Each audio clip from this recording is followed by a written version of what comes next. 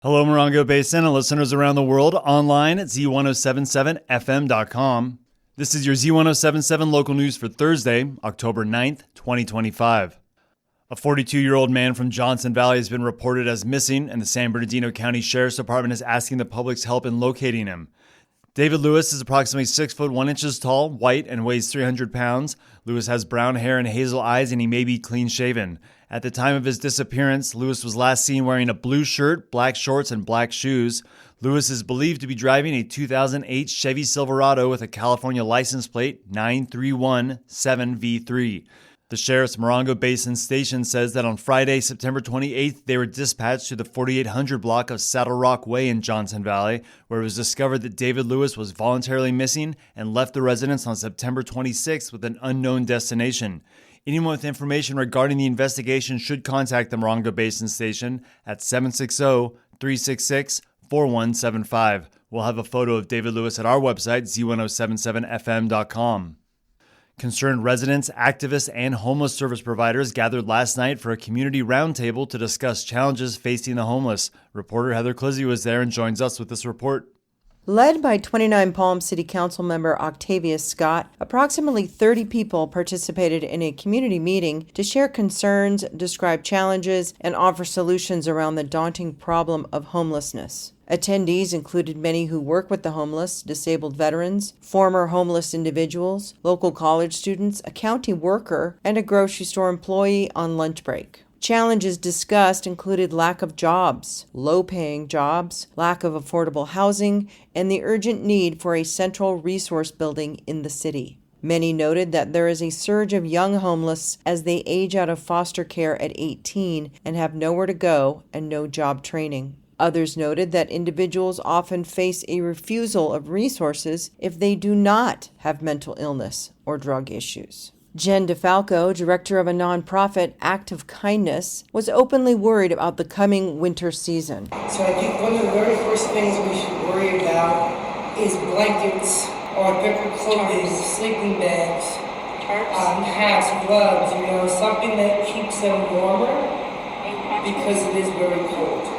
Faith Nicholson, who had experienced homelessness as a youth, addressed the generational cycle of drug abuse and poverty that can grip family members for decades. She also stressed the need for a homeless liaison between the county and city so resources can be easily located. Frustration was directed at the city's code enforcement, the city council, county services, and overall bureaucracy. A lack of cohesive communication between agencies was repeatedly addressed. There was a general dissatisfaction with the 2025 point-in-time count that is conducted every January. All felt strongly that the numbers were notably low, reporting just 17 homeless individuals in the city. The numbers are crucial for the county to determine funding, so the perceived inaccuracy felt to many like an egregious oversight. Mobile showers were a hot topic at the meeting, with many noting that having them parked so close to the highway did not offer the homeless much privacy or dignity. Erica Watkins, who conducts street outreach for the county's Community Development and Housing Department, made the drive from San Bernardino to attend. She noted that the county is stretched thin over a vast area, and funds often get applied to communities with higher homeless numbers.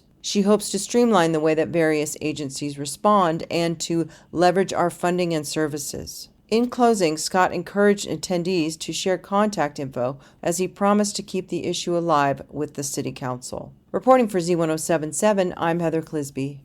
Yucca Valley's Parks, Recreation, and Cultural Commission meeting, originally scheduled for October 9th, has been canceled. No reason was given for the cancellation. The next Parks, Recreation, and Cultural Commission meeting is set for Thursday, November 13th. The opening of Rock Music by Nathan Hall will be this Friday, October 10th, in the Black Rock Art Gallery at the Black Rock Nature Center. Nathan Hall was an artist in residence at Black Rock in the spring of 2023, and he'll be present. Rock Music is a collection of graphic scores that evoke the plants and landscape features common to Joshua Tree, as well as the often overlooked and underappreciated elements in the park. The textures of individual stones, the colors of flowers at their peak, the ebb and flow of campsites, the sound of visitors and buildings, and even a tortoise tracking device all make appearances as shapes and lines on the page. Each piece is accompanied by a short music piece to accompany the work, performed by the artist and a violinist. Nathan Hall is an artist and composer whose works are situated in between music, visual art, performance, and multimedia, and he's been performing in 18 countries and 24 U.S. states. His passions for science, travel, and stories of lived history have led to a Fulbright in Iceland, the McKnight Visiting Composer Fellowship, a project award from FEMA, and a new Music USA grant, along with 2 national park residencies. The exhibition will run from October 10th until January 5th of 2026 at the Black Rock Art Gallery located at 9800 Black Rock Canyon Road in Yucca Valley. There'll be an opening reception on Friday, October 10th from 5 p.m. to 7 p.m. The building is open 7 days a week from 8 a.m. to 4 p.m. The exhibition and reception are generously hosted by the Joshua Tree National Park Association. The town of Yucca Valley is looking for honorees for its new banner program. Adeline J. Wells joins us with more.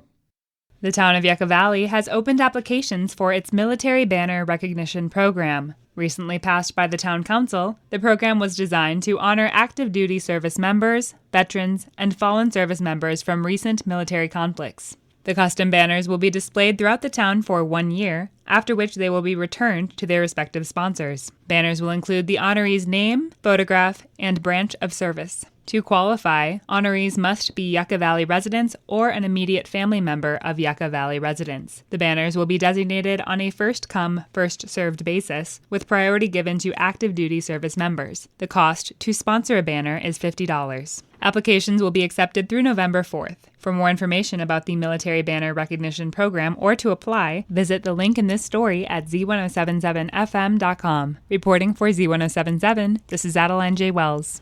The 89th Annual Pioneer Days celebration continues next weekend in 29 Palms. This year's event, celebrating the rich pioneering, ranching, and mining history, recognizes the 250th birthday of the United States Marine Corps. On this Friday's Z107.7 Up Close show, City Special Events Specialist Scott Clinkscales will be the guest, and he'll talk with host Gary Daniel about the upcoming events and the history behind them. All about Pioneer Days this Friday at 10 a.m. live on the Z107.7 Up Close show at Z107.7 FM and as a podcast at Z107.7fm.com. And tickets are available for the gala specifically celebrating the 250th year anniversary of the Marine Corps. The event will take place on October 16th at 6 p.m. at the Old Schoolhouse Museum. It'll feature live music by Cat and the Deacon, catering by the Hangry Bear, a festive photo booth provided by Party Life Photo Booth, and remarks from the 2025 Pioneer Days dignitaries. Guests will enjoy an atmosphere filled with history, community spirit, and a shared connection to 29 Palms' deep ties to the Marine Corps.